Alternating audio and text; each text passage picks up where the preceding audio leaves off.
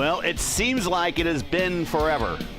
And for some of us, it has, as this is my first live stream in seemingly many days. But hello and good evening, everyone.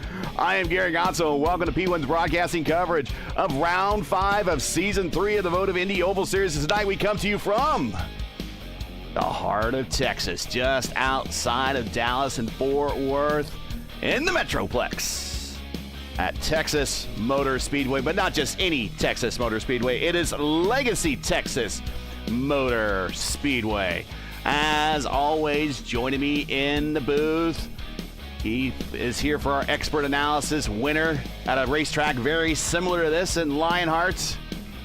And back in the booth, and I'm sure he's happy to be here, it is Luis Gonzalez Nunez. Luis, man, we started last season. Remember, we started 7 for 7 last season. 7 races, 7 different winners.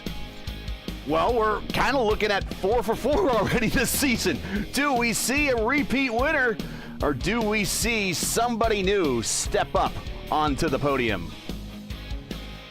It is crazy how this changed. It's been for a while, actually. I feel like I've been for a while not being here in the booth, and also feel like it's changed everything, even with all this UE stuff for me. Anyways, talking about the race, I think it could be for the names. Texas is kind of crazy. It's not really like expected to be that. The temperature is really factor for sure. 121 Fahrenheit now. And I think maybe it could be the leader if it's not affected with the speed strategy. It's going to be a good chance to have one repeat winner today. But all depends how involved the race. Thank God we are in the Texas, old Texas, like the INDYCAR race in the gold era. I say gold era IRL to some point until they come back to the old one for the new one. But the better choice was in this track in the old one. So let's see what is going on over here. But we have oh my God, I have to. There is the point. There is the leader. It is Mason Mitchell now for the poleman. So Mason Mitchell with the Chilean flag. That's crazy though. And let's take a look at the points as we head into the latest race of the season. Here you go. It is Clindy with a 45 points lead over the Cat. Murph in third, and a tie for third with A.J. Hobson, Edson Santos, and Hunter Ingrave tied for that 5th spot. Mitchum, Edwards, Stouffer, Povolonas, who I saw at the Sim Expo. Good to see him there. And Seb Alexander. That pretty much rounds out your top 10. There is the remainder of your top 20. So that is the drop weeks are now in effect, and that is after race 4 going into race 5 here in season 3. Currently right now 2 minutes left to play in the warm-up leading up to today's race. And we have another big field here today. So let's get into tonight's starting lineup here for this 200-mile event at Texas.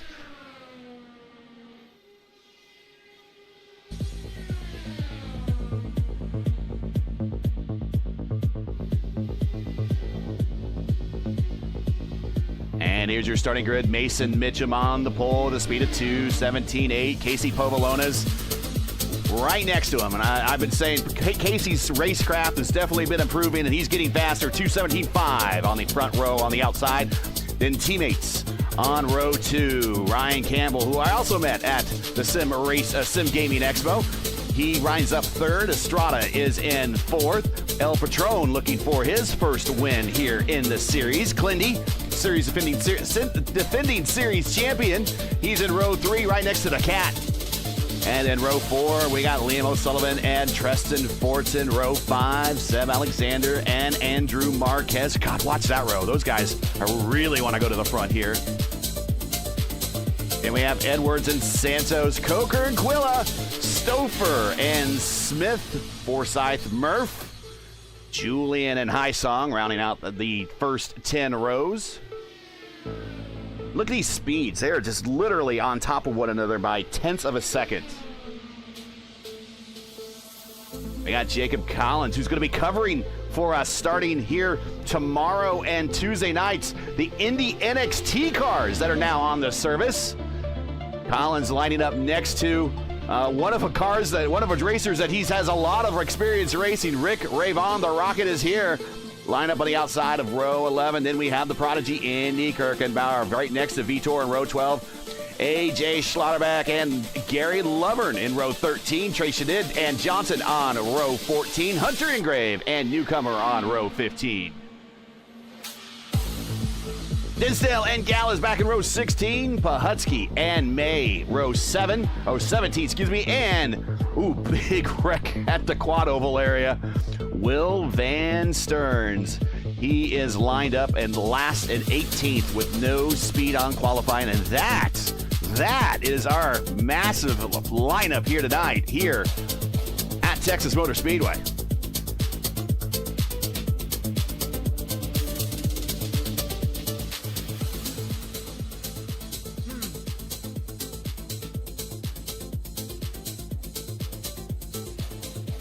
I know we want to talk about history stuff, but you told me about somebody. That's a long time ago. 25 years, more than 25 years, maybe 27 years. I said you're. Let me see. 26 years when the Gocci, 3 times winner in the F300 3000 International 3000 won.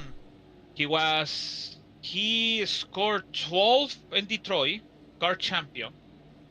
And September 11, 1999, in practice, got the accident with the Penske car. So 20-something years without Gonzalo Rodriguez.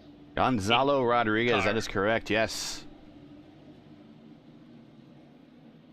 INDYCAR has ran at Texas Motor Speedway 36 times between 1997 and 2024. It was once a staple of the INDYCAR schedule, but for a variety of reasons not entirely known to the fans, it has been dropped from the schedule. The return to the schedule is unknown, and at this point really considered very doubtful. But the track record set back in 2001, set by Kenny Breck with a lap of 2:33.447 when qualifying for the ill-fated Firestone 600. The IRL track record set by Billy Boat with a speed of 2:25.9. The INDYCAR track record not set on the... Somebody just went to the inside wall. We have a wreck on the backstretch. Oh, Campbell. It's Campbell. He has gone to the pits. Something has happened on the backstretch. Let me see.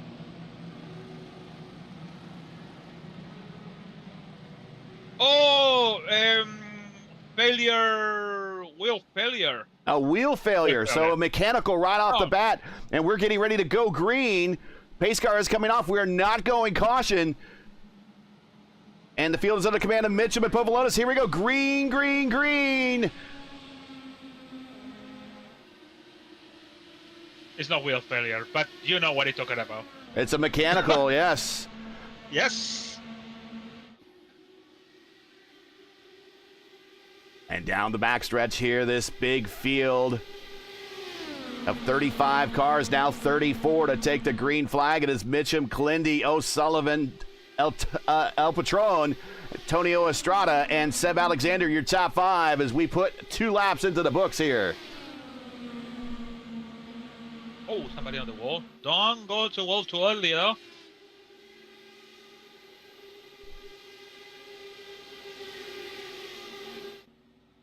And we're still checking on the status of Ryan Campbell.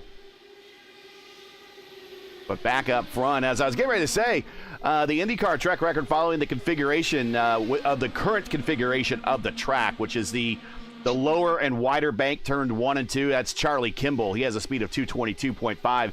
The career wins leaders here for INDYCAR at Texas. Scott Dixon with 5, Castro Neves with 4, Hornish Newgarden with 3, and Scott Sharp, Will Power, and Scott Goodyear. Those are names we don't talk about a lot other than Will Power. Each have 2 wins here.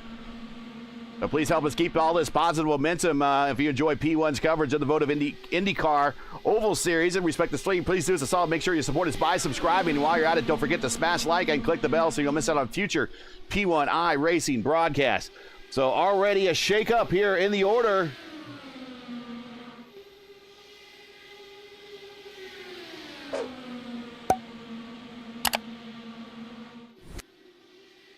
And once more, here are your track conditions as we are 4 wide, 3 wide going into the corner. 79 on the ambient, 122 on the track temperature. And look who's in the battle, up 6 spots. It is that white and orange car on the high side, coming on the high side of that pink car. Pink car is Clindy, Seb Alexander.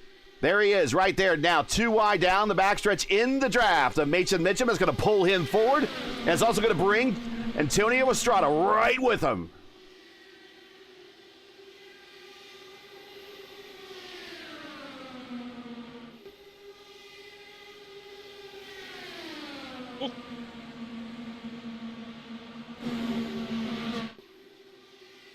And there's already a car kind of in the back now, and that's going to be lap traffic here soon. Not sure exactly what happened. We'll check out, see what the status of that car is. That is Casey Pahutsky.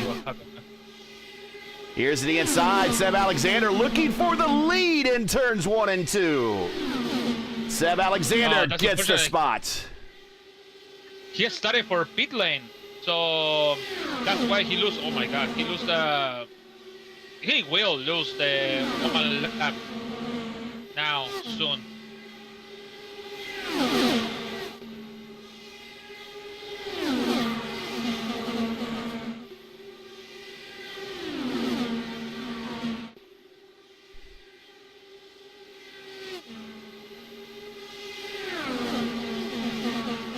Mitchum and Alexander trading back and forth the lead. Fortson is up in the battle now. He's up 5 spots. A little bit further back, Andy Kirkenbauer up 8. Craig Forsyth up 6. Christopher up 5. Logan Edwards up 4. He's in this lead pack. To the inside, Mason Mitchum trying to defend down low. And, man, these guys are racing like it's the last lap, but we're already 10 laps into this, Lewis.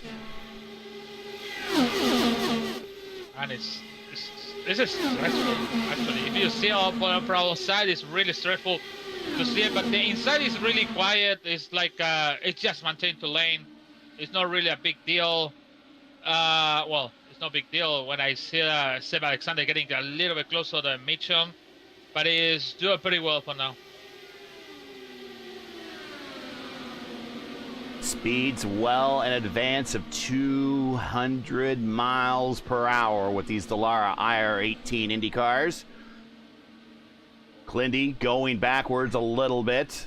And you see Logan Edwards on the outside getting the pass on him. Logan way up in the gray. 3 wide off the corner. Here comes Antonio Estrada to the bottom, and he is not going to lead that lap. That's going to be Mason Mitchum's going to nick him at the line. But they are now getting impacted by the dirty air coming off of Pahutsky's car, and someone might be able to use Pahutsky to pull themselves forward a little bit. Pahutsky should be stay high, yeah. Should be stay high, but this is the problem. Whoa. This is gonna be a big problem. Oof. Say, oh my God. And somebody else on the front. Vito Guillermo is also. Nothing happened with him. Oh, he came to the pit. Oh, he came up from the front wing damage. He have a. Vitor, that is that black and white car. He is now down a lap. He had damage. Oh, car getting squirrely a little bit further on back.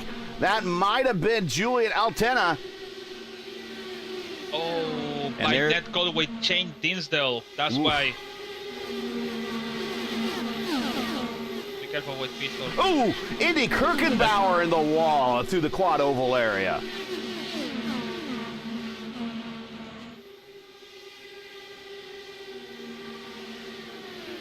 Meanwhile, back up front, El Patron, your leader. Mason Mitchum in second. Treston Fortson. Those are they're not teammates, actually. That is Rogue Racing. That is Votive, the VRL team. And then we have Rocket Track Racing.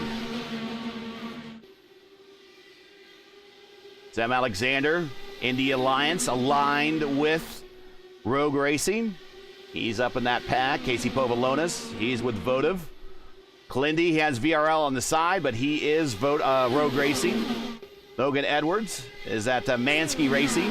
Liam O'Sullivan, Altena Autosport.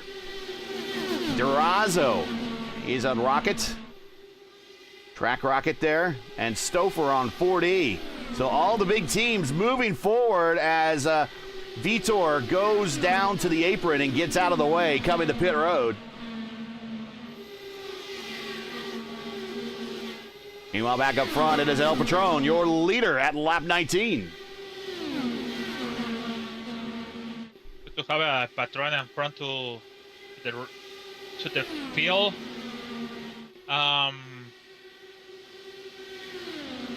That's good to have it on the front because it's easy to just keep it. The problem is, the big problem is it's getting close portion to him, but it's not like a turn 1 to the new Texas. You can make different lines, or maybe you can go up and down to getting closer to him.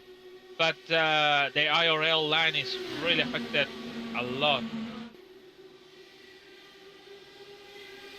I make a gap actually. Mitchell is getting a little bit back. I know it's 5/10, but it's getting a little bit back for that. It's getting slow. Yeah, getting a little bit close to the wall. So I think so. Oh my God, battle on the front with Seb Alexander, and Seb Alexander says something. Man. The rule set for tonight, this is a fixed setup race provided by the league. We're doing 130 laps, 201 race miles along a 1.5 mile quad oval super speedway, intermediate speedway, unlimited tires, 100% fuel, no fast repair. Pit road speed limit is 50 miles an hour. Season 1 was 100 laps here. Craig Forsyth got his win here in the Votive Racing League. That was in Season 1. Season 2, we extended to 134 laps. Edson Santos got his 4th career win here with Murphy and Hunter Smith finishing 2nd and 3rd. Josh Ward and Nick Wheeler finished 2nd and 3rd in the first race in Season 1. We expect anywhere from a 3 to 2 stopper possibly. I would expect these guys up front are definitely on that 3-stop strategy. There might be someone a little bit further back in the pack riding in the draft that could do a 2-stopper. The 3-stop window opens at lap 33-34. The 2-stop window opens at lap 44-45.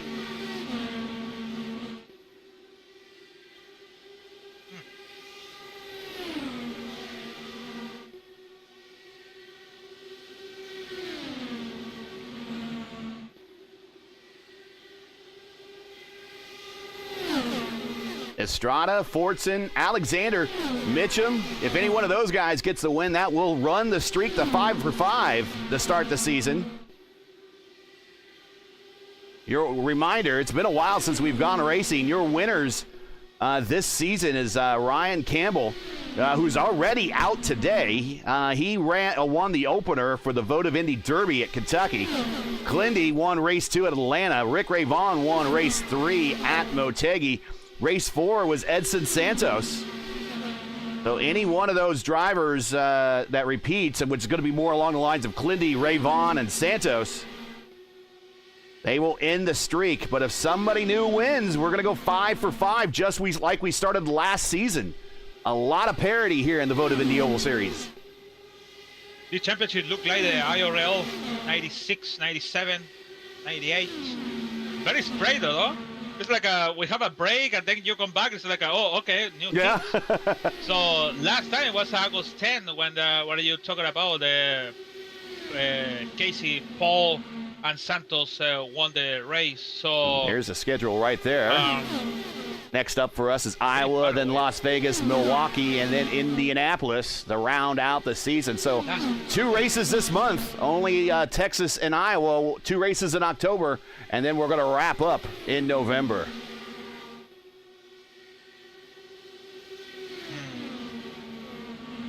All right, we're getting close to the first windows. And I've been noticing on some of these screenshots, look at the dog legs on the front stretch, especially in the grass area.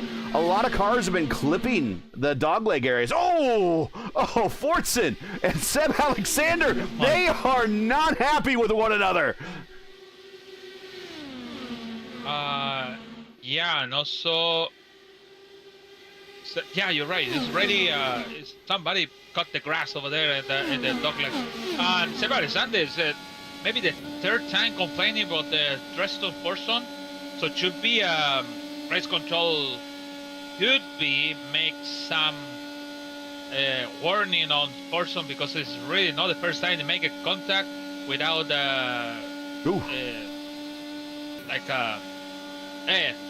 fighting. Yeah, no, makes sense. Yeah, throwing some haymakers out there, as we call them. Look at Liam O'Sullivan now in 5th spot, way up in the high lane in the draft now with Fortson. Fortson, caution on the racetrack. Oh,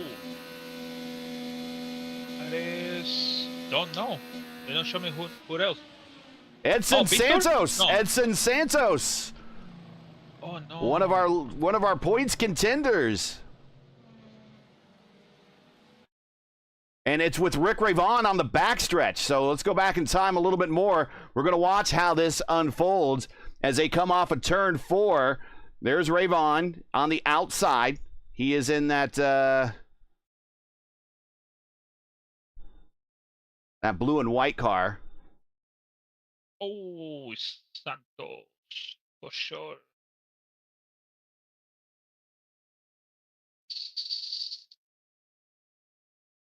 Oh. So here's right there. There's Rick. Oh, Rick just gets loose off the corner and into Santos. Santos was just sitting there minding his own business. Rick just got loose. You don't see that very often. Oh. Not with Rick.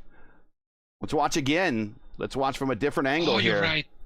He watched the back end of that car come around, and he just goes to the inside and gets Santos. Santos was not expecting that. I can go to different way. I can tell you, Santos, because your line is the first one, you should be exit on the first line. But he went to the second line where his Ravon make the 3Y, and the other guy on the wall, it was I think it was Edwards. Yeah, Edwards is over there. So it's like what should we do? I be over there or just go on the front, go high with Edwards and wreck him? So tough decision there. Trying to get a better shot of who was on the racetrack at the time, but there you see different angles. Very cool. But everyone coming to pit road for scheduled stops, and they this is now going to really open up things for the 3-stop window. In fact, this is right at the 3-stop window, 33-34. So I think now everyone is looking at least 2 more stops after this. Next stops for everybody will be around 66, 68.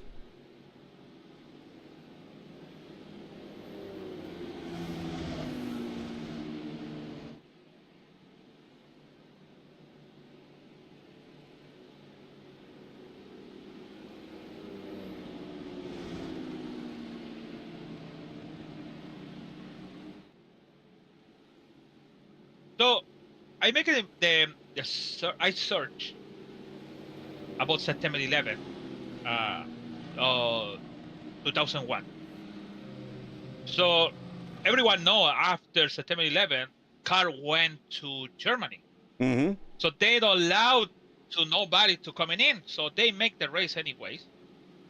And tomorrow is the day when the Sanardi have a this incident in the German. It's supposed to be German 500 or Germany's 500 or something like that.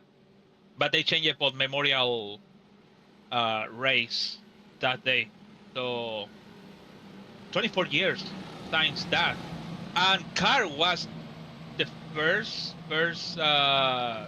organization or whatever from USA make the first race after 11. Yes, that is right. That is the first really big event in the world post 9/11 as we are restarting. Clinty taking a peek to the outside of Mason Mitchum going into turn 1. And he gets the position.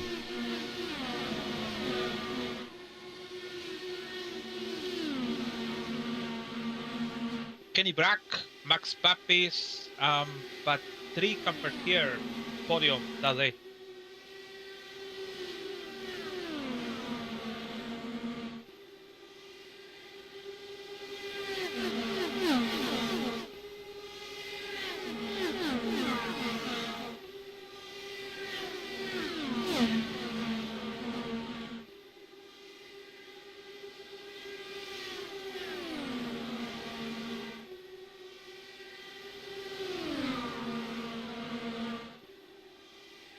Oof.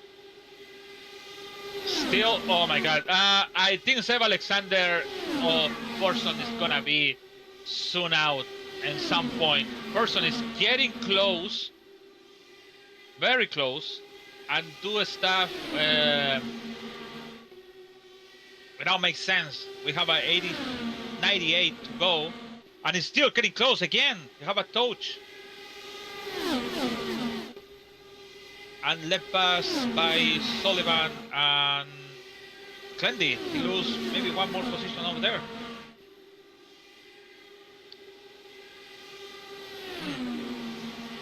No cool, huh? So Julian goes purple that lap. So in the back, watch those guys. So everyone did come to pit road. New tires, new fuel.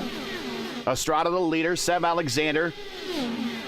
It looks like Mason Mitchum is kind of fallen back.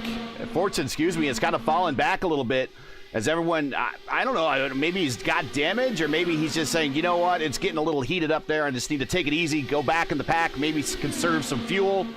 But he is now back to the 8th spot. They have a damage. They have a contact with Seb Alexander. He went to the wall, didn't touch the wall, but I think have a damage on the front wing. But this damage we don't see it. But by aerodynamic for sure, it's you can see it for sure.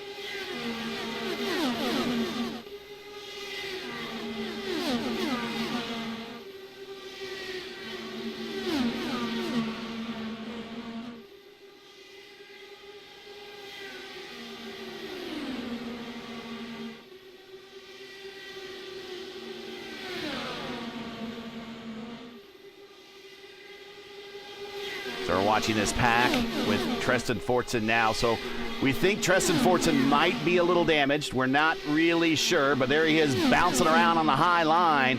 But back up front, it is Antonio Estrada with wingmen right now. He has Seb Alexander. He has Clindy. Those are all Alliance members, and they are all running together. But look who all of a sudden is P5, Lewis. Stoffer. And spot in the front. I have to come back with this. He have a damage. If you point the front wing, you can see no paint in the front and the nose on the front wing. So he have a damage. Could be a 5 seconds. Who knows? Maybe not.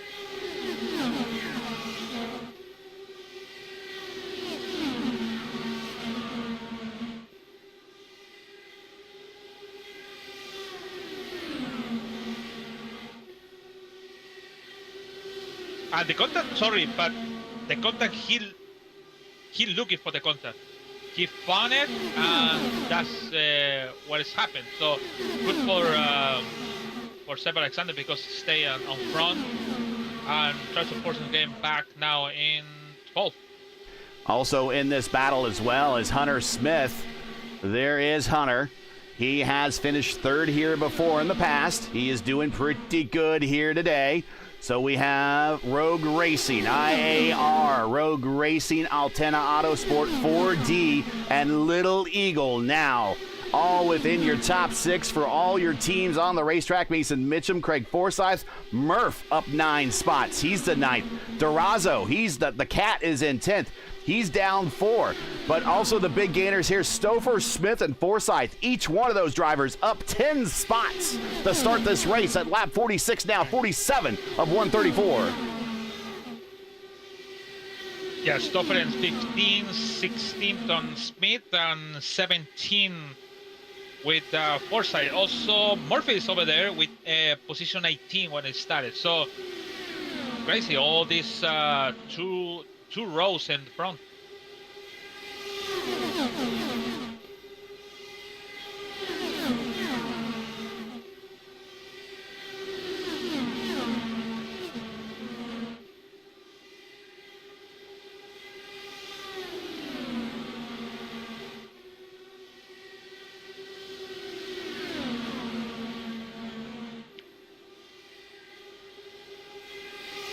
Look at this pack right back. We got Fortson now, who's gone all the way back to 14th. Povolonis taking a peek to the inside. Povolonis has kind of suffered a little bit. He's down 13 spots in the order. Logan Edwards, he was up in the top 5 at one point. He is down back in 16th. Seb Alexander now goes to the lead and pulls away a little bit. Something happened to Antonio Estrada as he's starting to fall back a little bit.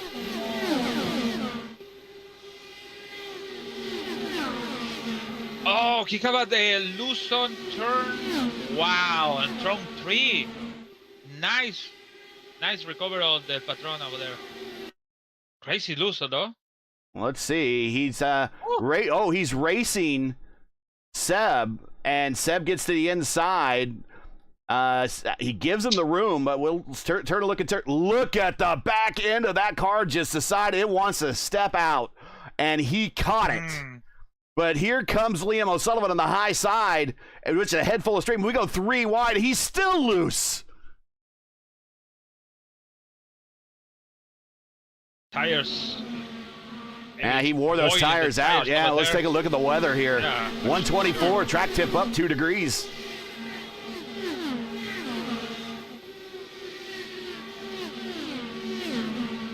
Better thing is just try to, I don't know, maybe change everything for my time, but when it's happened that, just a little bit further back, Povolonis and Cat. Oh my goodness, they got really close. That's why they say, oh, come on, man. They say, the Cat say, come on, man.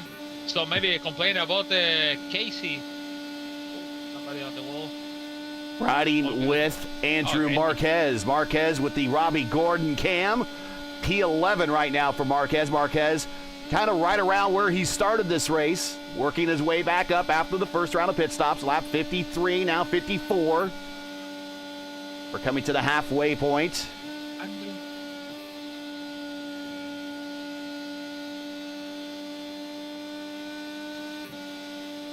Andrew Marquez. I raced him with in the Lionheart. He also was in the elite racing, so yeah, he have a winner in Lionheart. We have a lot of podiums though. Yeah, I've known Andrew for a very long time in the community. He is a very well-established driver.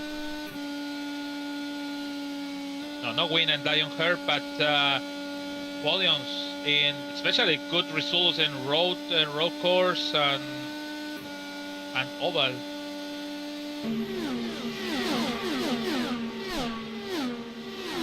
What about lead? 2 podiums? Long Beach, Homestead. Yeah.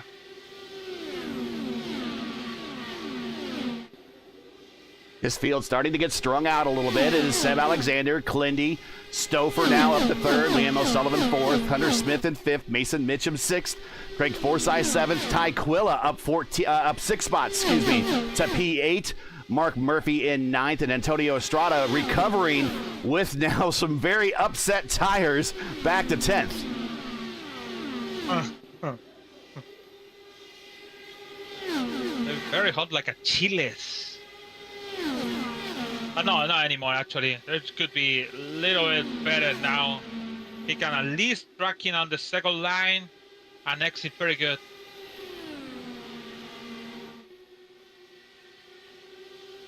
He's doing very well now.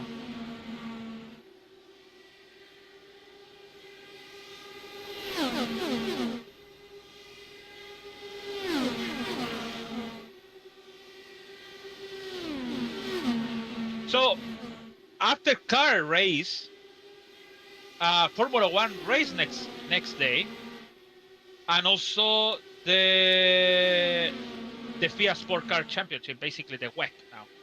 So that's the 2 and 3 main races after September 11th. Yeah, just for the record. And of course, this track was actually next on the IRL schedule for I think a race, and they moved it to the end of the season. But this was the IRL race at Texas was next on the schedule.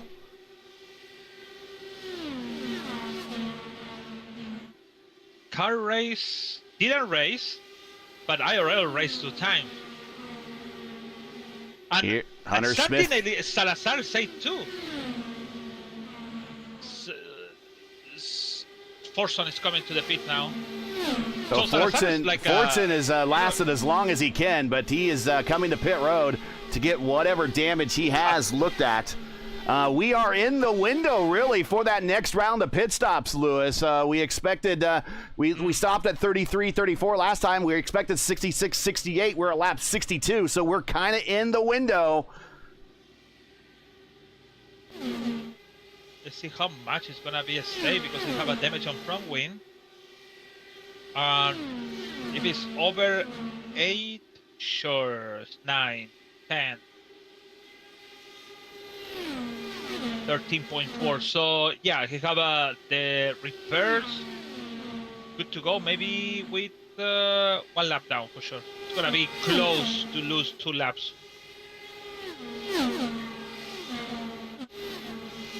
Oh, it's gonna be interesting this with the pit stop strategy and green.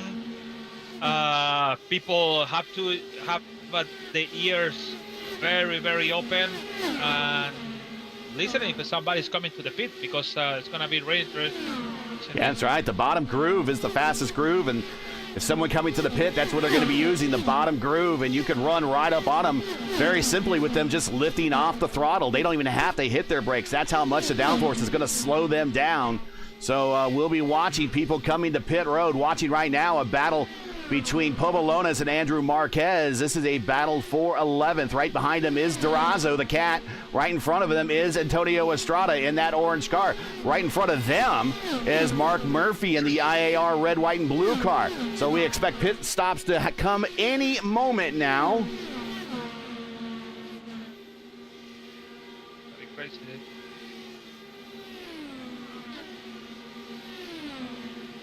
There is Jacob Collins around AJ Schlotterbeck. Moving Jacob up to 15th spot, up 6 spots. Joining the battle from behind them is Julian Altina, up 2 spots. Wheels is in pits, so he can just good to go for now. Excellent now. So we are expecting pit stops anytime now for the remainder of this field.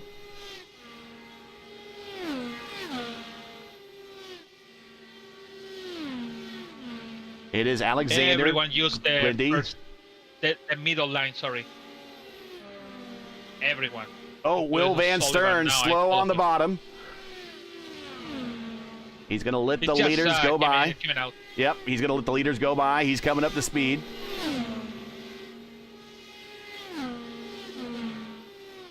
He don't need to. He can push. Look at that. But he don't want to. Oh, he's sliding off and going into the inside wall. Oh my God. He caught it, but he's dead right in front of pretty much all the leaders.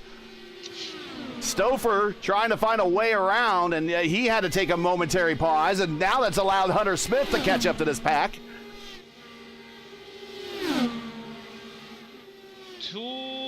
I'm gonna say too nice for Will. to just hold Clendy on front. He can make the pass. He have a new tires, easy, but he hold it, and that's the thing happened.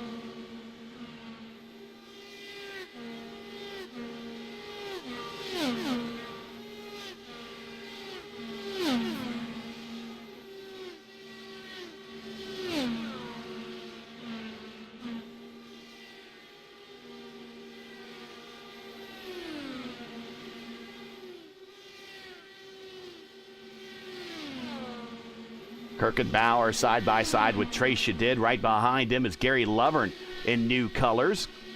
He's in the VRL team now.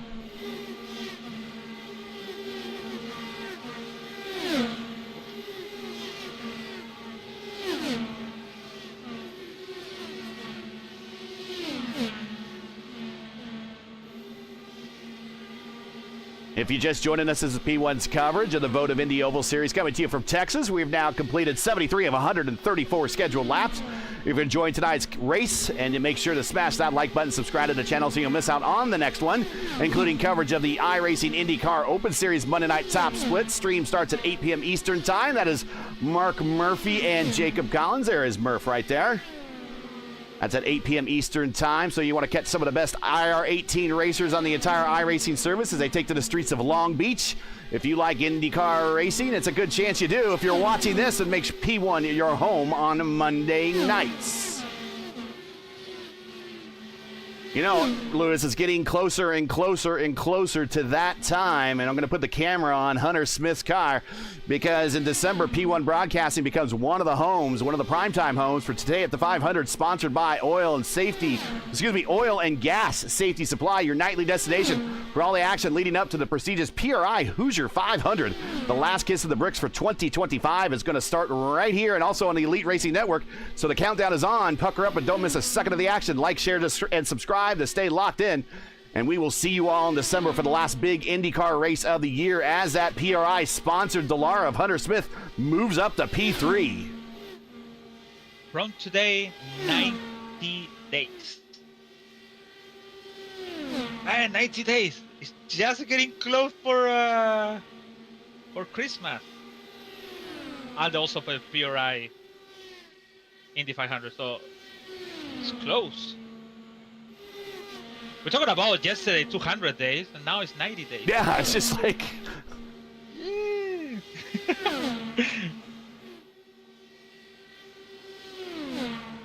But the battle for the lead is now Seb is in the trail of Will Van Stearns. Will is down in the order, unfortunately. He is 31st on the racetrack. But Seb is really starting to pull away and put some space between himself and his corporate teammate, so to speak, his cooperative teammate, Clendy, who's in second. Clendy's just got to, I think Clendy might just be content to run in second. He might want the win, but he might want the points more instead. Clendy coming to pit road right now, I think. No? Thought he was slowing down. I think the times are just that much slower right now. Let's take a look at the last laps. And we're 206. Whoa, whoa, whoa, whoa, whoa, whoa, whoa, whoa. Seb Alexander and Dinsdale. Dinsdale, I think, was trying to come to pit road and didn't know the leaders were coming up on him. Dinsdale have a middle flag, but I don't know why. Maybe have a flat tires. I don't see why have a middle flag.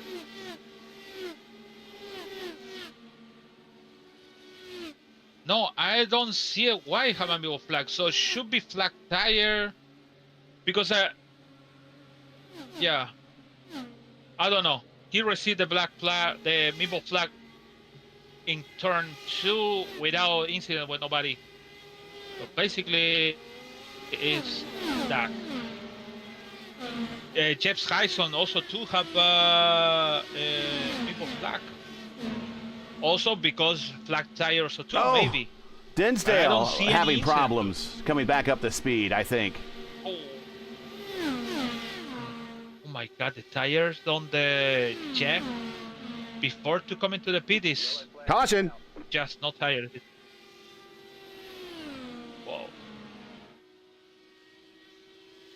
Pobolones, Casey. Casey? Oh my God, it's on front to Casey though. Not sure who it is. Gary Loebner. Oh, we got Murph. We got Murphy. Murph. Murph is in the grass on the front stretch. And what happened with Murph? Was he coming to pit road? He was coming to pit road and got ran over by Gary Lovern, and that's exactly what we're talking about. Is Lovern into the wall? And oh no, Logan Edwards, he has no place to go. Oh, look at Julian. Look at Trace Shadid. Oh, look at Povolonis. Oh my goodness. He called, but I think Gary didn't. Yeah. My God. Let's watch from Povolonis. We're gonna go speed. It was nice break. Look at the tire wear in Povolonis' right front on this shot right here. He has got a very worn tire. You're seeing the treads here, but watch this. Here comes the contact in front. They're already wrecking. There goes Julian. I think Povolonis might have been trying to come to pit road and realize that there's going to be a caution. Watch this. Whoa! Wow! It is crazy because it's coming down. Oh my God! It's coming down 2 cars and Murphy's coming on front to him. It's crazy. Nice save though.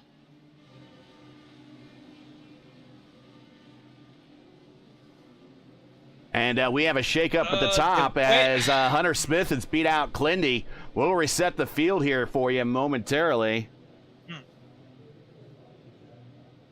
The way Murphy came to the pits really was kind of really slow.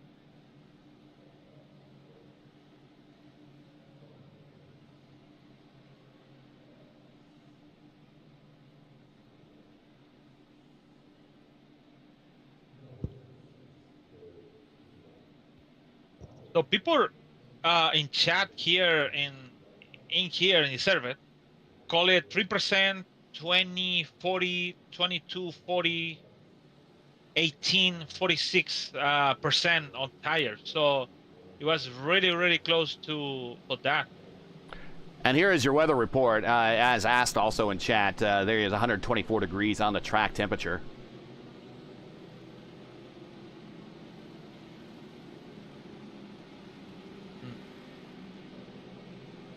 As this will be the last stop for everybody on pit road in terms of getting to the end of the race.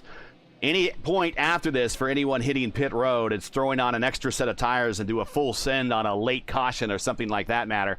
But everyone is good to go to the finish now. The point is, it's survive because you can go full and then it's. For example, with Antonio. Ooh, it's gonna be close too. It is gonna be very close. It is gonna be very close. He went on the front and then he came back. I saw him in 11 position, 12, and now is on 22 because the performance on tires. That's why. Okay, we have a lap car up in the top 10 right now. But the pace car is coming off. The lap car is Turner Johnson. That red, white, and blue car in front of Andrew Marquez. We're going green flag this time by here. Here we go, resuming at lap 85. Here is Seb Alexander. Hunter Smith now ahead of Clindy in second. Clindy in third. Stouffer in fourth. Ty Quilla in fifth. Andrew Marquez, and here comes right behind Ty Quilla on a run on Stouffer to the inside, going into turn 3.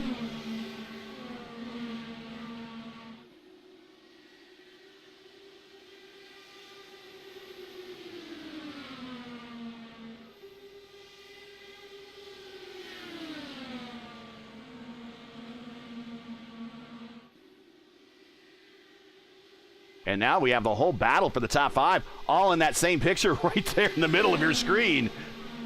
Look at this, everybody right here, all in that circle.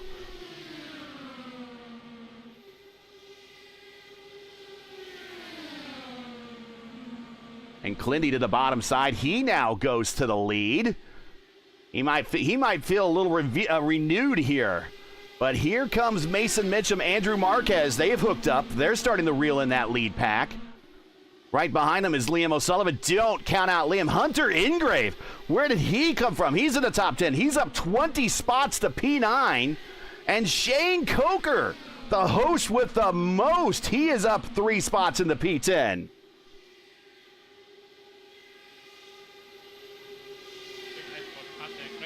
It's really, really tough to get that position for sure with all this pit stop and stuff. You can do it, but it's still difficult actually. Not easy.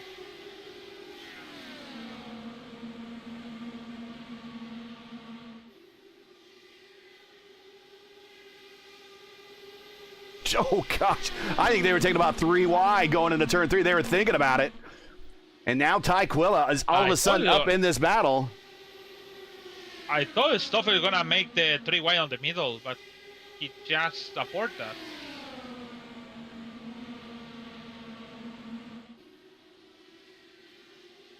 Actually, he can do it.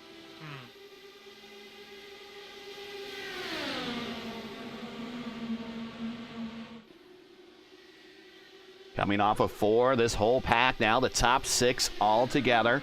That is Clindy in the pink car. That is Seb Alexander. Caution, caution. It's Julian Altena sideways in the quad oval area.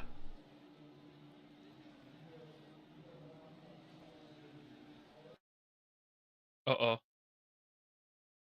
Oh, by himself.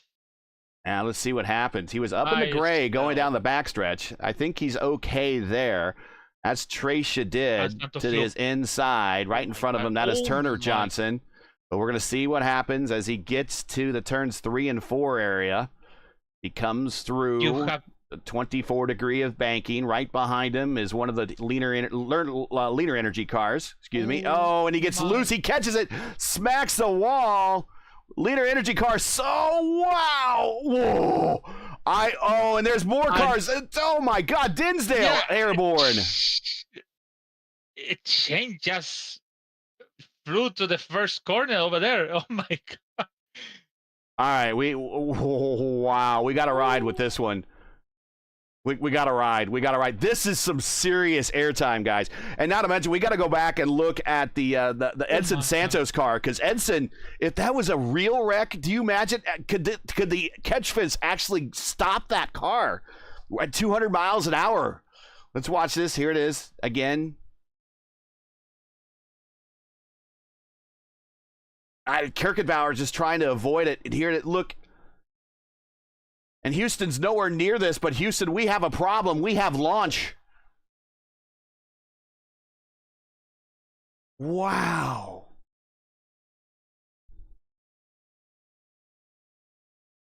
Well, with that flew of the Santos, it could be on the crowd on the right. Should be somebody get. This is a Joey Chitwood stunt spectacular special right here. Watch this. Watch Dinsdale one more time. This is Evel Knievel-esque right here. Whoa.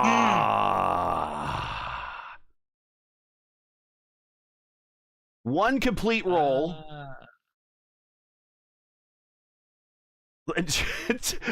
Estrada somehow gets through all that.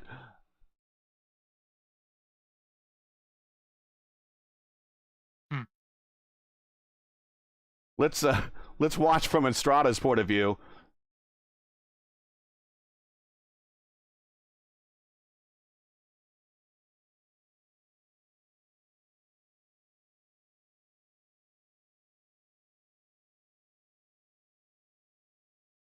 He stays out of Isong there. Bounce. Here comes the car still in play. It just goes right under.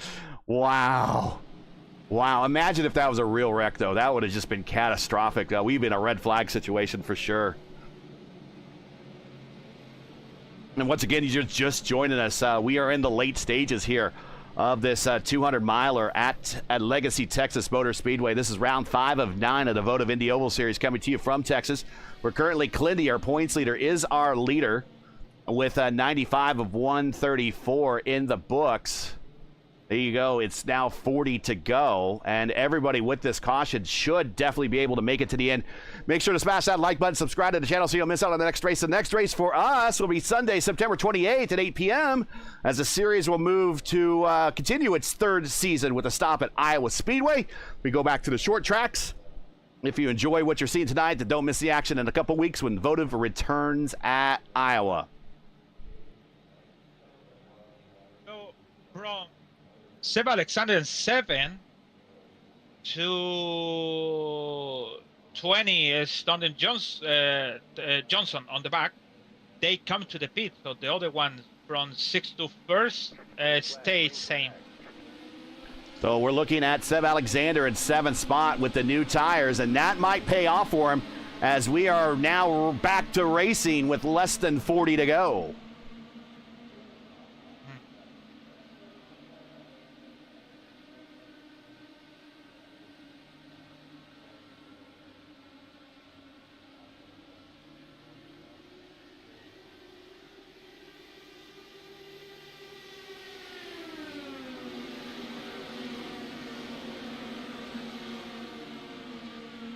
Back up front is Clindy. Now he does have a wingman with him. That is Ty Quillett as one of his teammates.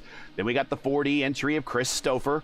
And right in his draft, sucking up now to going to the high side. That is Hunter Smith. He's in 4th spot. Trace Shadid now. He has decided to stay out for some track position. Trace is now 5th. He's up 22 spots right now. Andrew Marquez in 6th. Seb Alexander with the new tires back in 7th as he's trying to run down Marquez. Look at him on the high side. Just blow right by. Nice. But the new tires, easy for him, to be honest.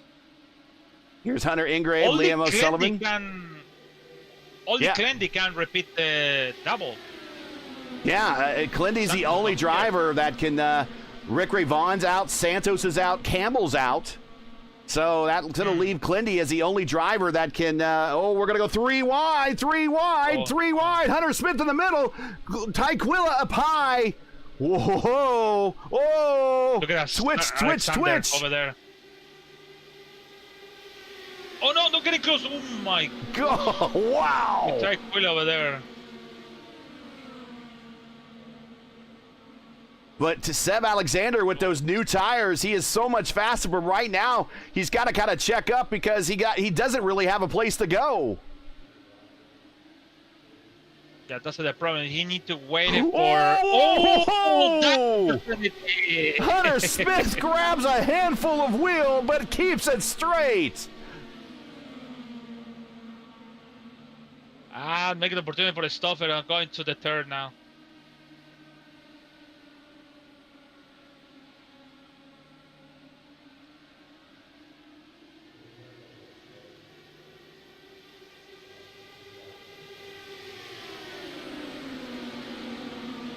Nice save. Wow. Yeah, Mason Mitchum in that red, white, and blue rocket pop looking car. He is now in 6th. Then there is Trey Shadid, Liam O'Sullivan, Hunter Ingrave, and Andrew Marquez. Also, Marquez in a battle right now with Craig Forsyth. Here comes Craig Forsyth to the high side. And unfortunately, we got not unfortunately, but just unfortunate for High Song. High Song is a lap car in this mess. They're in the In-N-Out Burger car. Right behind Forsyth is Durazo, the cat. Back up front, Clindy holding on to the bottom.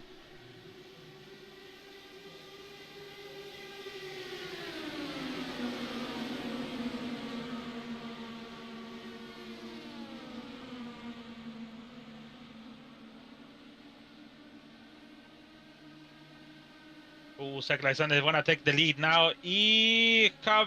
Not clear, but he's getting there. He can do it. He's getting there. And he crossed the line. Second for just 6,000.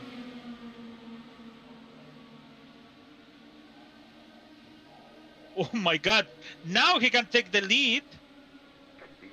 Oh! And he took the lead. And he's going to have the lead with the caution out, and I'm not sure where the caution is. Jacob Collins? Collins. Oh, Jacob Yes. Collins. Oh my God. One of our Monday nights broadcasters. Have And a let's see what. contact with. Contact with con Casey. And 3Y and Tron 2. Whoa. Bye. Oof. Trying to watch here. See what happens. AC Povolonis, we go three wide. We go 3 wide, and I think Povolonis goes high. Goes, oh, I'm running out of room down there. Goes low. And then Arrow Wash is the big part right here. Just so many cars in front of him. And yeah. Now go on board with Turner Johnson. Oh gosh. And iRacing Forgiven. Very, very nice though. Because the wheels go. Woo.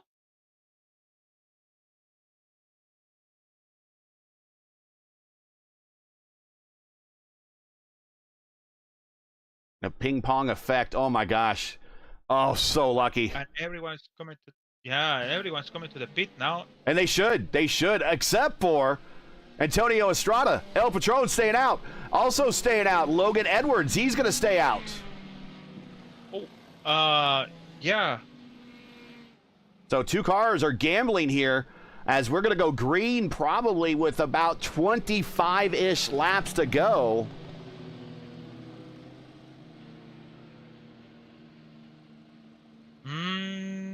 Not good on Edwards.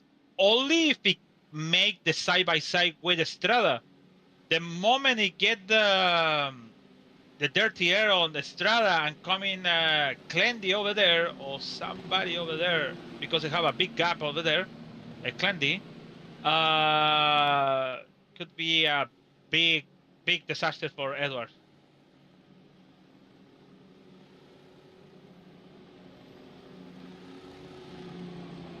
Okay, wow. We have had quite the exciting race tonight. But let's go over the running order as we see a car coming on the pit road. I think that's Michael Newcomer coming to pit road. There he is. Newcomer is bringing, I'm not sure who's with him on pit road in the Pyrex car. Is that Adam? No? Who is in the Pyrex car? Oh, that's Hugo Gallas in the Pyrex car. Okay. Been a bit of a shake-up at Altena Autosport.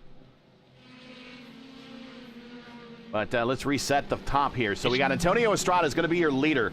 We're going to go green next time with starting at lap 26, 27, coming to 26. He has led the early portion of this race. Had a moment coming off of turn 3 where he slid the car a little bit, fell back, now has regained all that track position. Logan Edwards, much of the same frame, right? Really, same boat. He came forward, went back with the pit stop. Now has fought his way forward by staying out with some pit strategy. Both these guys have 14-lap-old tires. Getting ready to go green. So that's Logan Edwards. Then we got Clendy. So the car to the inside in Clendy, this car right here, the Van Halen car, he is trying to stay low. So on the restart, Clendy can just pass him on the outside naturally. So that's Will Stearns. He's going to try to not inhibit any of the leaders. Then it's Alexander behind Clendy, Quilla, and we're going to go green here, hopefully for the last time. I think it was a big mistake of Seb Alexander coming to the pit because he only have 9 something laps. I know 9 from 26 to go is going to be a lot, but now it's going to take. The purpose take the lead from Clendy. That's the big purpose because after that, Logan is really tight. It's 15, and Tony Estrada is just playing with him, trying to catch him the momentum and get the lead. But Clendy make the pass now.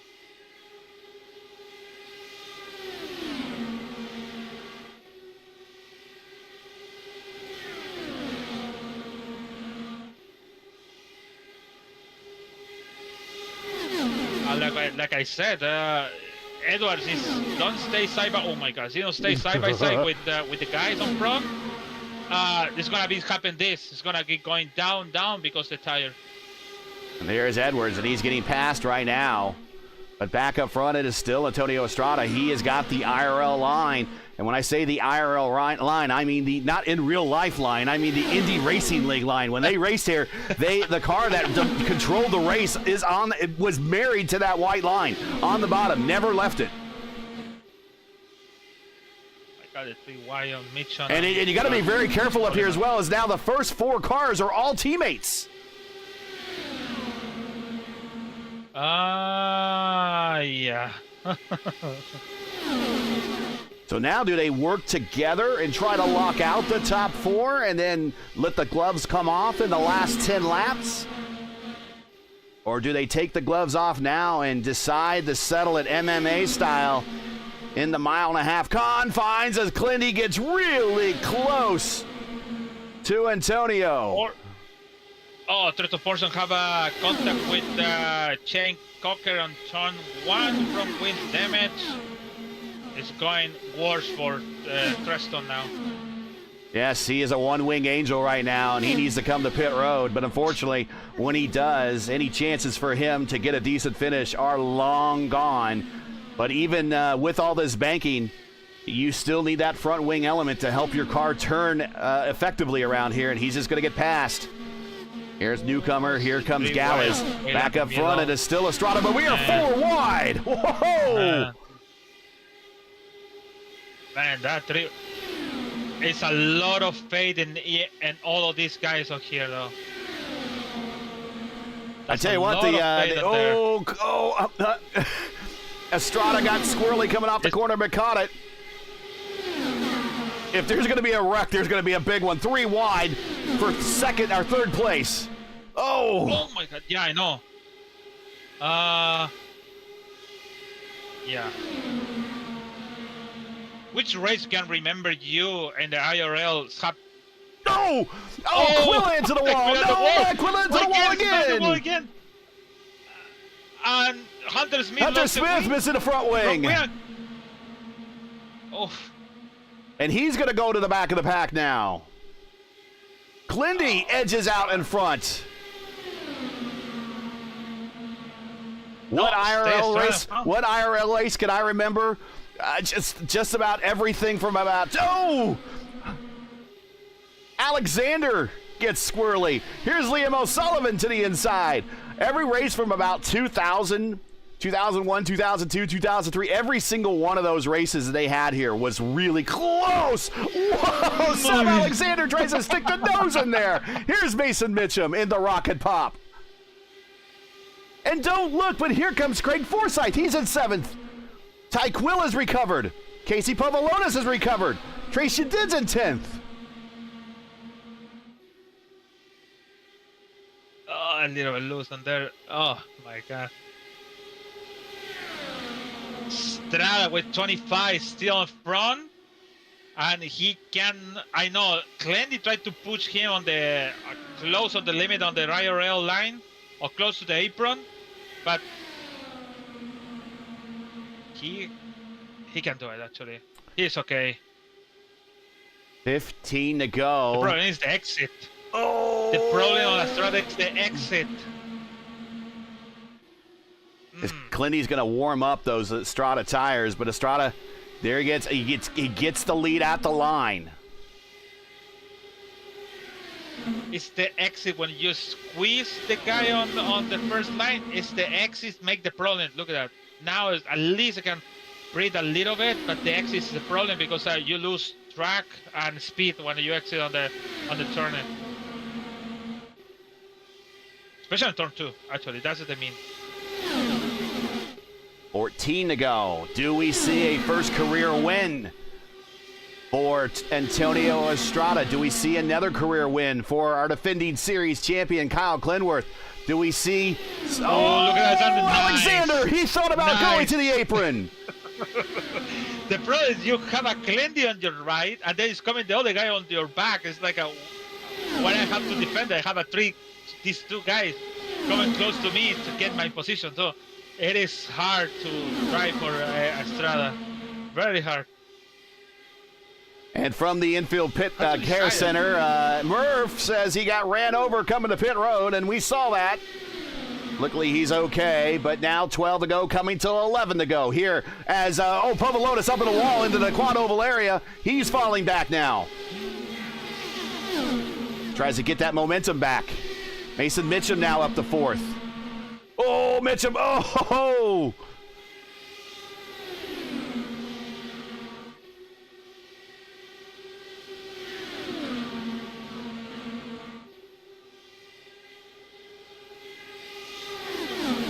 Oh my God, that when you, I thought maybe it happened to you when you try to win something and you see the laps to go. It's like, oh my God, could be 4 to go now and 3 to go now, and we can finish the race like this.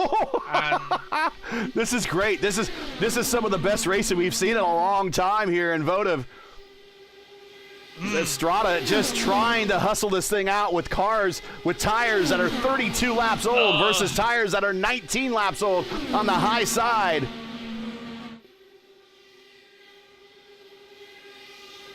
Oh my God, okay, Oh! Seb just sticking the nose in there, threading the needle. Oh, he from the front wing, he lost it. Who lost the front wing? Racing, give it back. That could become a damage, but who knows? Oh my God. Seb now to the outside, up to P2. Antonio down low. Clindy's going to retry here with 8 to go, coming to 7 to go here at Texas Motor Speedway. The legacy version here in the Votive Indy Oval Series, round 5. And Liam O'Sullivan, I mean, where does he go out of this? He's trying the high side, and he's just not making any he's not making any hay. Antonio Estrada holding down low, desperately clawing to the lead. Coming to 6 to go.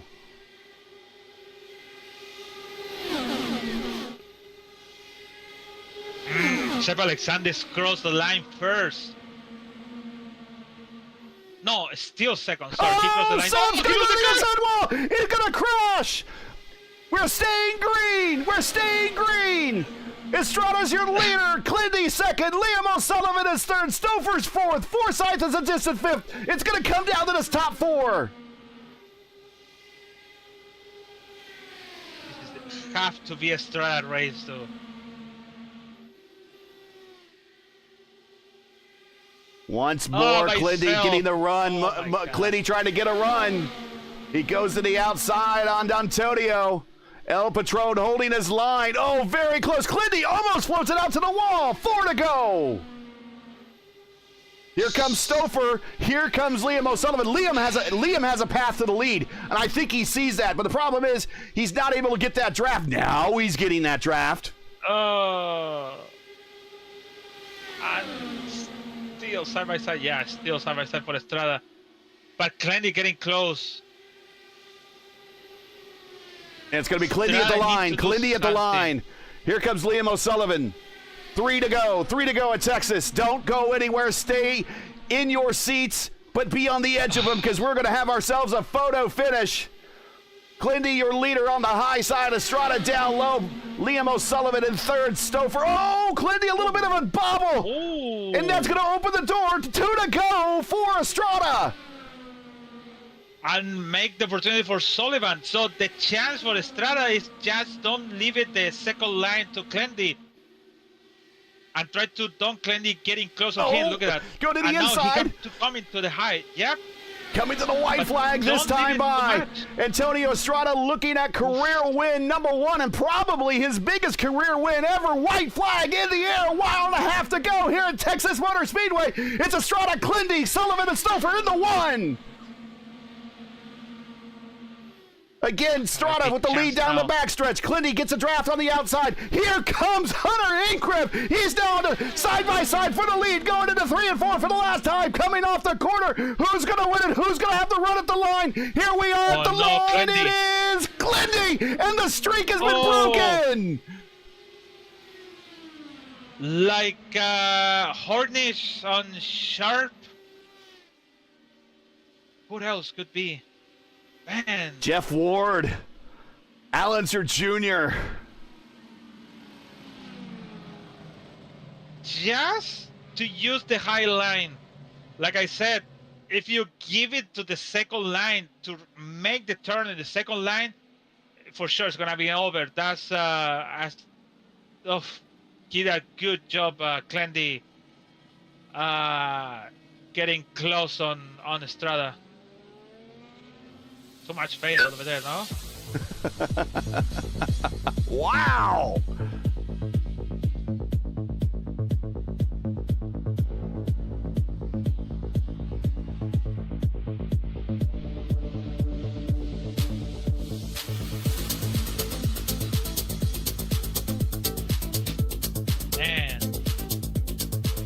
And your winner by 0.02 of a second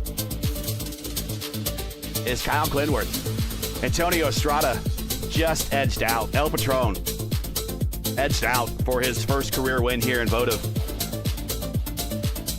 Liam O'Sullivan, great finish for Liam, third. Hunter Ingrave, out of nowhere, comes home fourth. So 3 cars of the Rogue Racing stable finish in the top 4. Christopher and Craig Forsyth with 4D. They're in 5th and 6th. Andrew Marquez with that Works entry. He's in 7th. Ty Quilla also with Rogue Racing in 8th. Trace Shadid in 9th. Mason Mitchum in 10th. Povalonis at 11th. Shane Coker at 12th. Highsong recovers to 13th. Logan Edwards 14th. Turner Johnson 15th. Durazo in 16th. Hunter Smith fortunately fades to 17th. Tristan Fortson 18th. AJ in 19th. Newcomer very quietly gets himself a top 20. Will Van Stearns at 21st. Gallas, Seb Alexander, Adam May, Jacob Collins, your top 25. Edson Santos, Indy Kirkenbauer, Julian Altena, Dinsdale, and Murphy, your top 30. And then we got Lovren, Pahutsky, Rick Ravon, Vitor, and Ryan Campbell didn't even get a chance to take the green flag in 35th.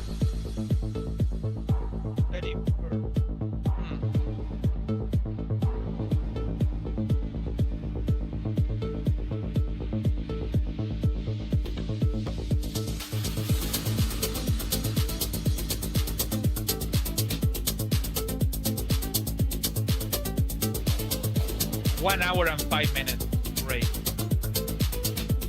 I think it was one of the shortest ones.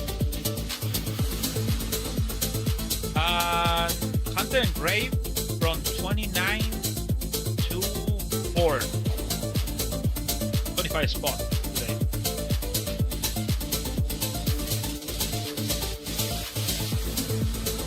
That's the driver of the day.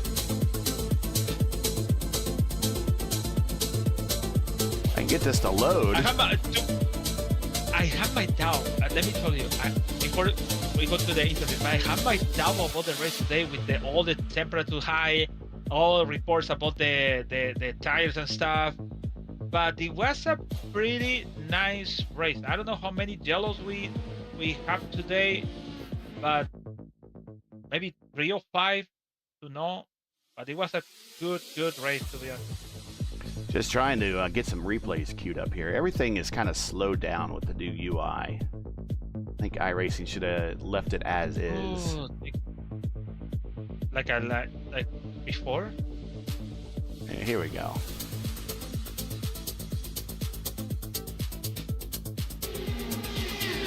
All right, here we go. There we go. This took a little while.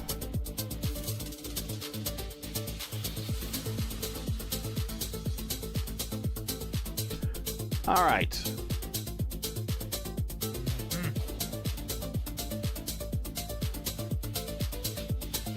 Jello. We are 4 cautions today. All right, let's bring in Liam O'Sullivan here, get his thoughts on today's race. Here he is.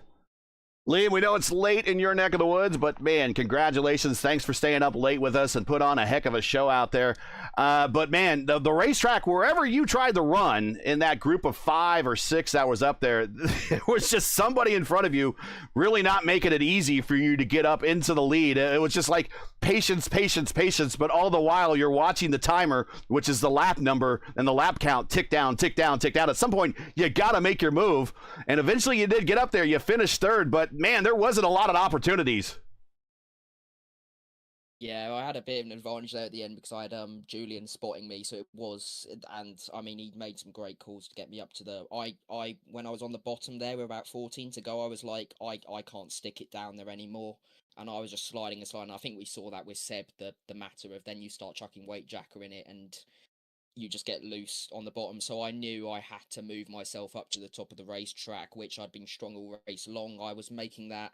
I think I was really the only one managing to make right by the wall sort of work as a line. Mm-hmm. I mean, it's incredibly bumpy, but I just managed to find the momentum on that, and that's what got me all the positions, was just flying it on that outside. But yeah, I tried to shoot the middle a few times to make it 3 wide and go for the win, but the problem I had was I had Stouffer kind of side drafting me the whole time, so it was just killing my momentum to have that. I had a run, I think, on the penultimate lap, but it was just nowhere to go.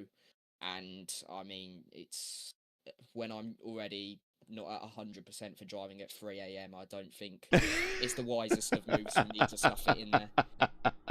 But yeah, I mean, I've not raced at this version of Texas. Obviously, it's a bit before my time as well of INDYCAR racing and my use to it. But yeah, I mean, good result. I really struggled with the tyres there in the second stint, and I fell like a rock. I was on 0%. I blew the tyres up on the second stint, which surprised me. I thought temperature was going to be the big problem because we were racing with brick red on the temperatures the whole field the whole time. So I think that's why we saw a few really kind of incidents where it's so difficult to hold your line. But otherwise, great result.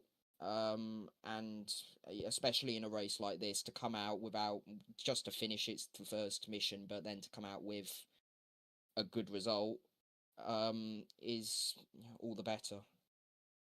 Well, there you see his stat line for today and a good run. What did you think? I know that you do a lot of races on the modern Texas. What do you think of the legacy version? And would you do it again?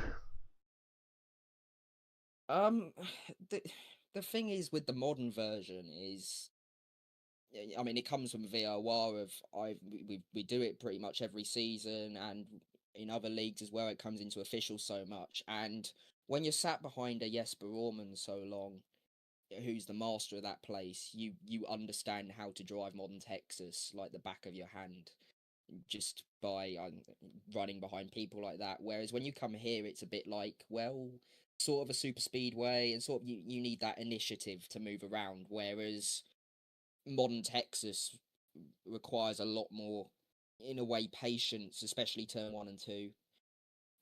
But overall, I mean, it raced well. I think we had quite a clean race, respective of how difficult that car was to drive and the amount of cars we had on the track.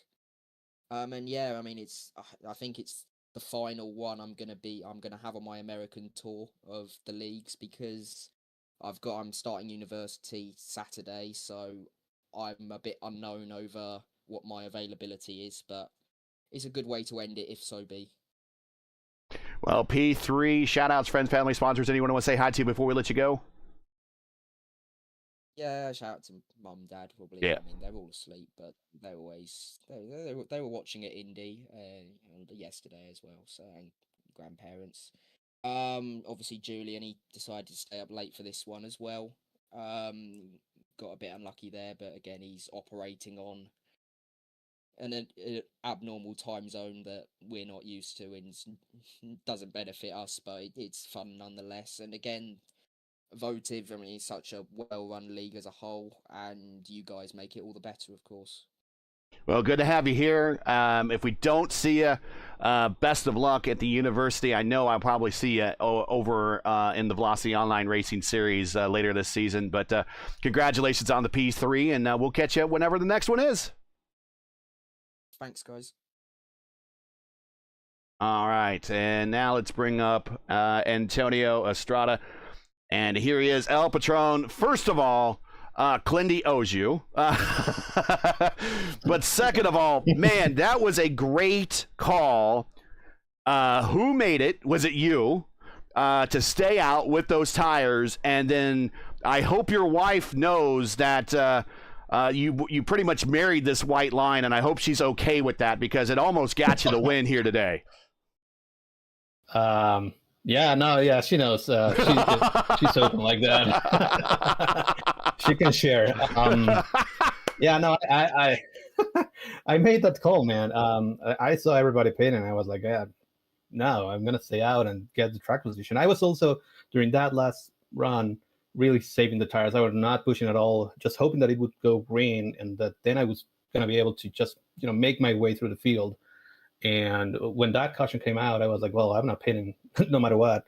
And I didn't think that everybody was going to pit. So, happily I took the lead. And then I was like, well, I don't know how long this is going to last. Like, I didn't really plan that far ahead. And it was... It was so close, man. I was just talking with Glenn. What a great race, and we kept it fair. It was at some point it was really hectic. I don't know, like 5 laps to go, 6 laps to go, or something like that.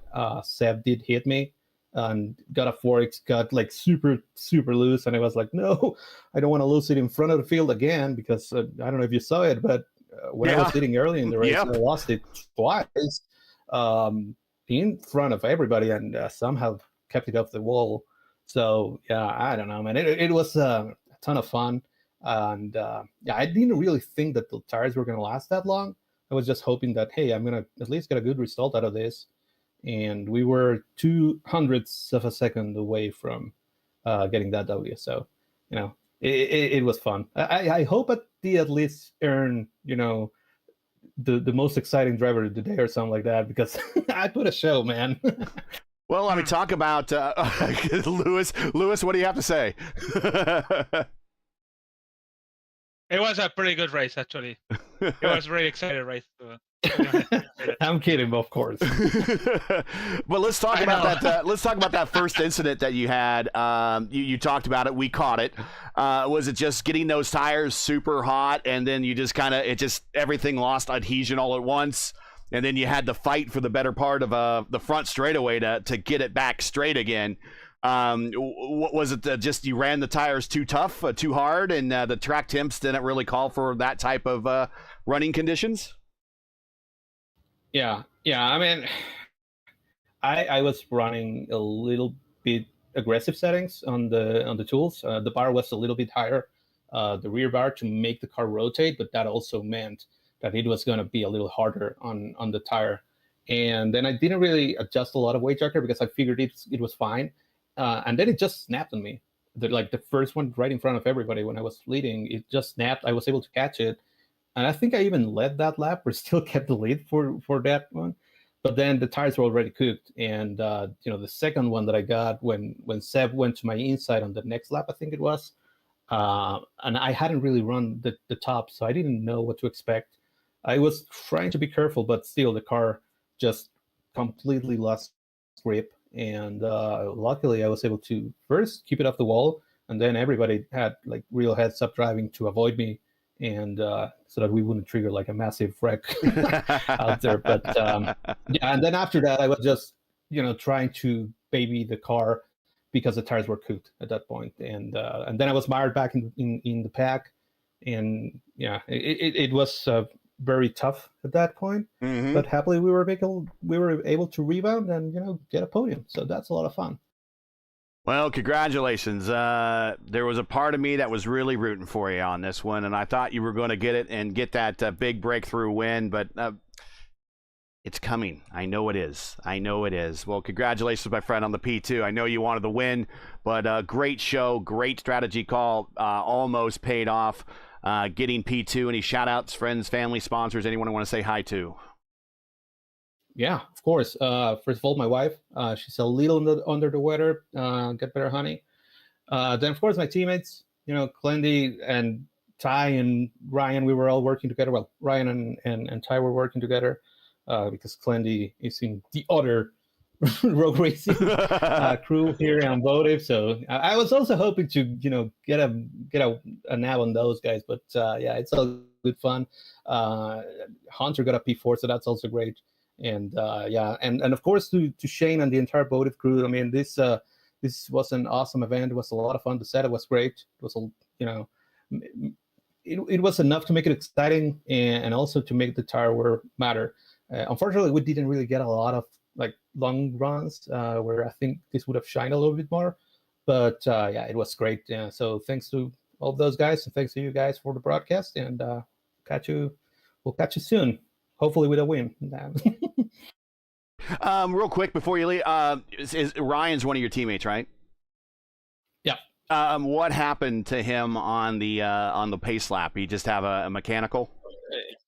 Oh man, yeah, a mechanical. It turns out that his wheel changed mode, because he did hit both the rear and front ARB buttons at the same time, and that triggered function change in his wheel. It locked up and sent him to the wall. So that was really, really unfortunate because I figured that we were going to be able to, drive through the field and work together for the most part of the day, and unfortunately took him out really, really early. But all right, well, that's quite unfortunate. Well, congratulations on the P2. We will catch you in a couple weeks when we head to Iowa.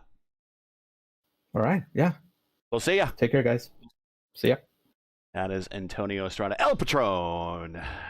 Led 58 laps. Points are up, and we'll take a look at that, and then we'll bring Clendy in.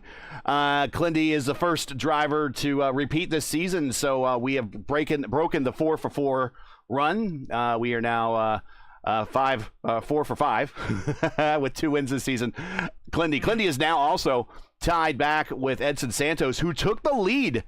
Career lead in wins in Votive last race at Pocono. Now Clendy is back, tied him now with 5 wins, so they both now are the career wins leaders here in Votive. And the points lead now is Clendy, your points leader, but it's 85-point lead over his teammate Hunter Ingrave, who jumped 3 spots to second, Durazo in third. Liam O'Sullivan is a tie for 4th with Chris Stouffer. Then we got Mason Mitchum, Casey Povalonis, Logan Edwards, Craig Forsyth, Trey Shadid, and Ty Quilla. That's basically your top 10 right there. That is basically your top 10.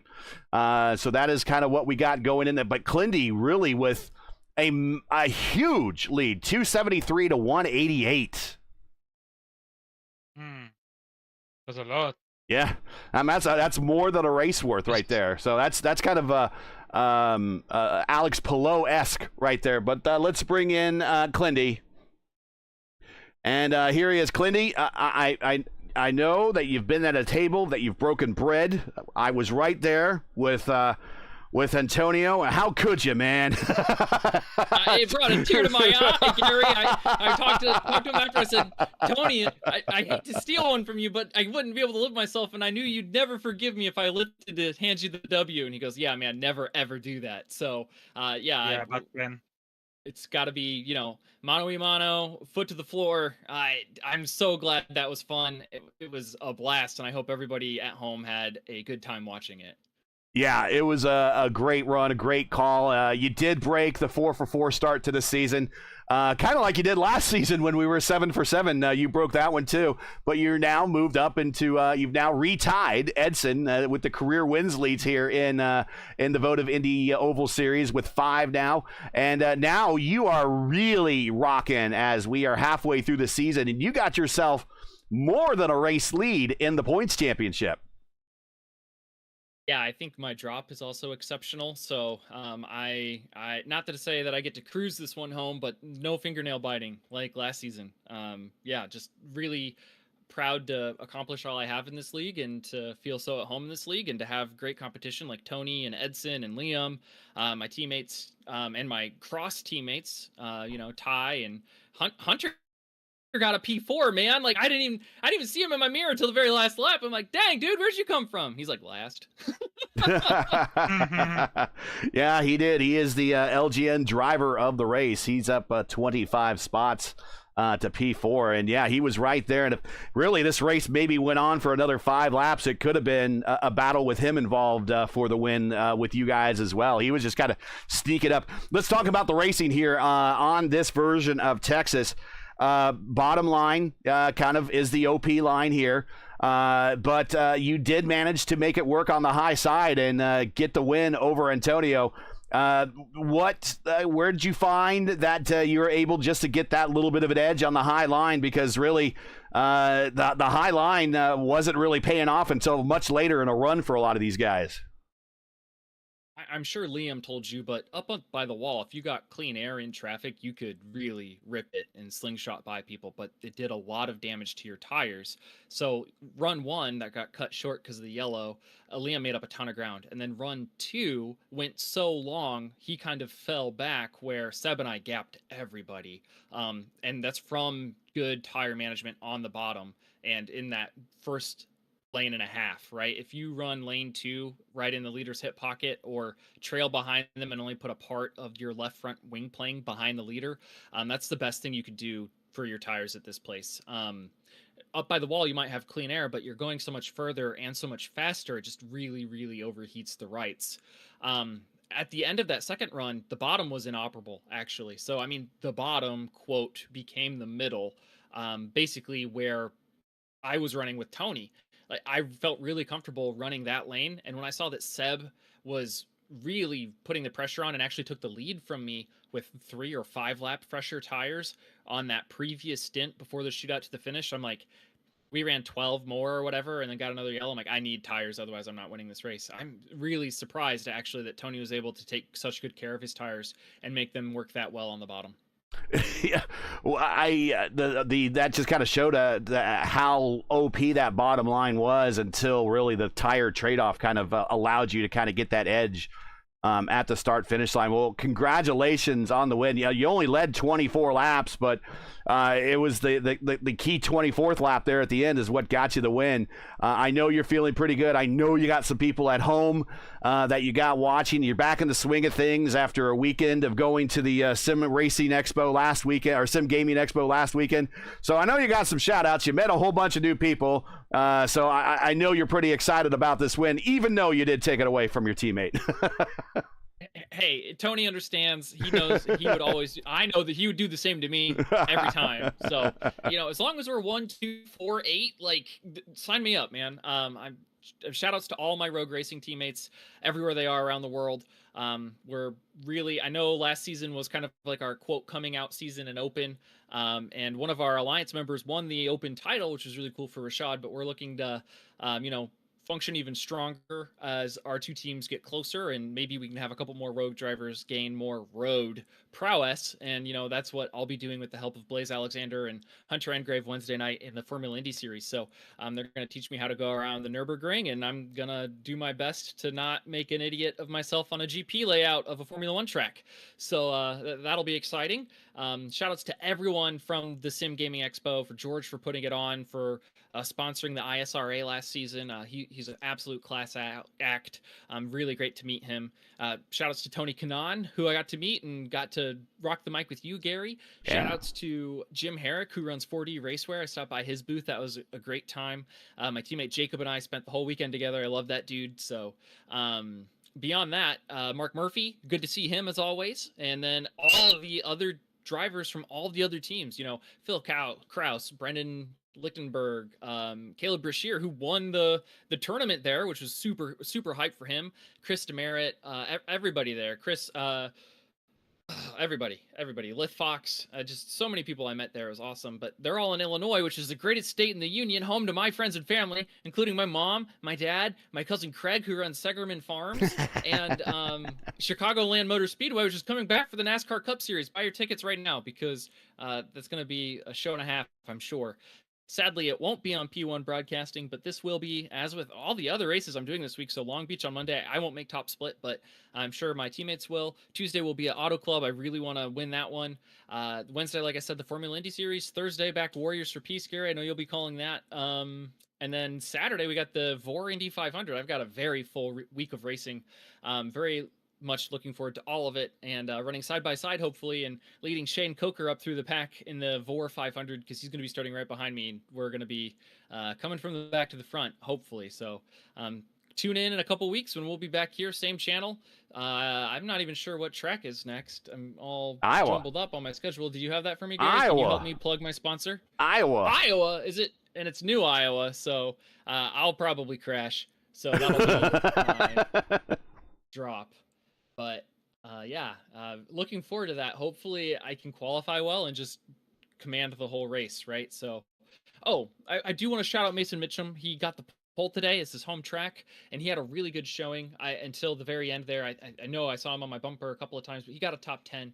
So shout out to Mason and all the other Votive manufacturing drivers up and down the list. So they've really started to improve, and I think Mason and his teammates are very close to getting on the podium regularly. So not that the competition's stiff enough, but it's getting even stiffer. All right, well, congratulations on the win. We'll let you go ahead and continue on your Sunday night here, but we'll see you in a couple weeks next time in the Votive here when we take to the track in Iowa. Absolutely, Gary. Thank you so much. And he is out.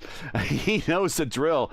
Well, Lewis, let's wrap this up, man. Then we actually get most of the evening left to ourselves here. But a good race here at Legacy Texas Motor Speedway.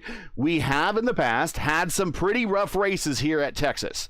But when the Legacy track comes into account here, the racing seems to be pretty good. And again, the racing was pretty good here again today. Here in the Votive Indy Oval Series, and a very close finish, probably one of the closer finishes in all of league history. And, it looked good and it was pretty entertaining. What do you think? Oh, it was a pretty good race, actually. I said again, I have my doubt about the race. I said maybe it's gonna be a difficult race, a lot of yellows, but we have a 4 what I talking about, and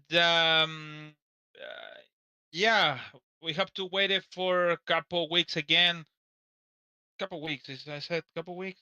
Yeah, sure, couple weeks for Iowa. And then we're going to go straight from October to November to the 3 finals. So, but it's still open. I'm going to say it's still open, the championship.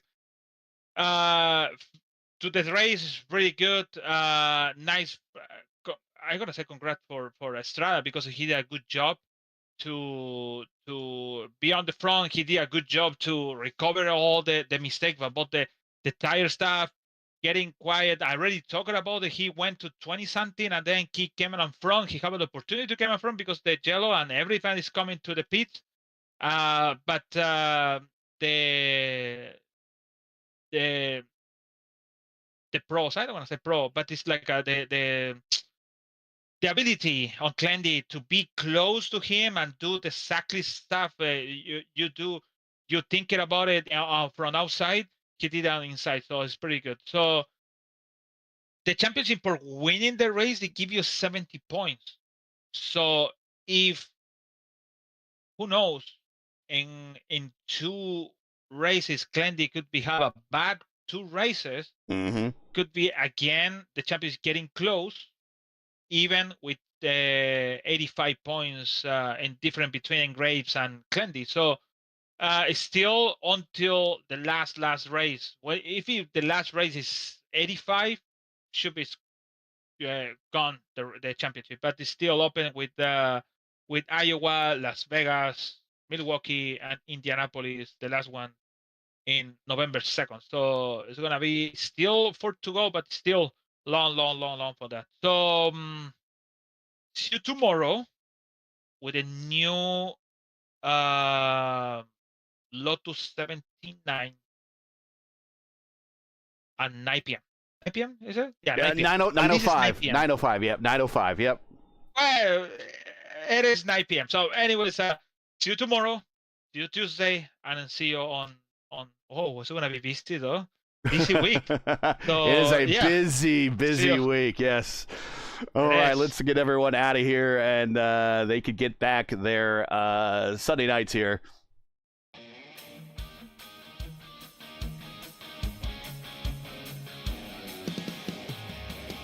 So that's it for tonight. Once again, your podium here from Texas. Glindy with his second win of the season, breaking the 4-for-4 streak of 4 winners in 4 different races. Antonio Estrada, oh so close, getting that P2 and getting that win, but coming home in P2. And Liam O'Sullivan, once again, a lot of consistency on his part, and he comes home in 3rd. Join LG and myself again on September 28th. That's Sunday, September 28th, 2025 for round 6 of season 3 of the Votive Indy Oval Series. As the teams and drivers head to Iowa Speedway. Coverage, as always, will start approximately 8 p.m. Eastern Time. That is 8:00 p.m. Eastern Time. Remember, it's an all-new season, so for the correct broadcast time in your area, you can find everything right here at YouTube at youtube.com/@P1Broadcasting. Now, as you know, the YouTube algorithm game's not easy, so please help support P1 with the weekly grind. Leave a comment below to let us know your thought of tonight's race. And if you enjoyed tonight's coverage, support us by smashing like in the video. If you're new, click subscribe. There we go. When while you're at it, hit the bell for weekly reminders so you'll miss out on more P1's other iRacing programming, including Tuesday night. It's round 1, week 1 of the iRacing INDYCAR Oval Series as the series kicks off its next season with the Crown Jewel race at Auto Club Speedway in Fontana. Coverage starts at 8:15 p.m. Eastern Time, so you don't want to miss it. Track cans for this race are provided by Whiplash Sim Cans. Get the most out of your iRacing experience with Whiplash Sim Cans. To learn more about Whiplash, like them on Facebook or follow on X and Instagram. Links are in the description. For business inquiries to learn more about P1 and what we do, like us on Facebook or follow us on X and Instagram. You can follow all of our social links on Linktree, and all those are in the description. So, for Luis Gonzalez Nunez, everyone here at Votive and at P1, I'm Gary Gotto saying all happy Sunday.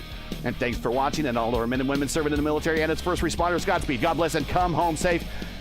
Catch us again on September 28th in Iowa for the next race of the Votive Indy Oval Series. We'll see ya.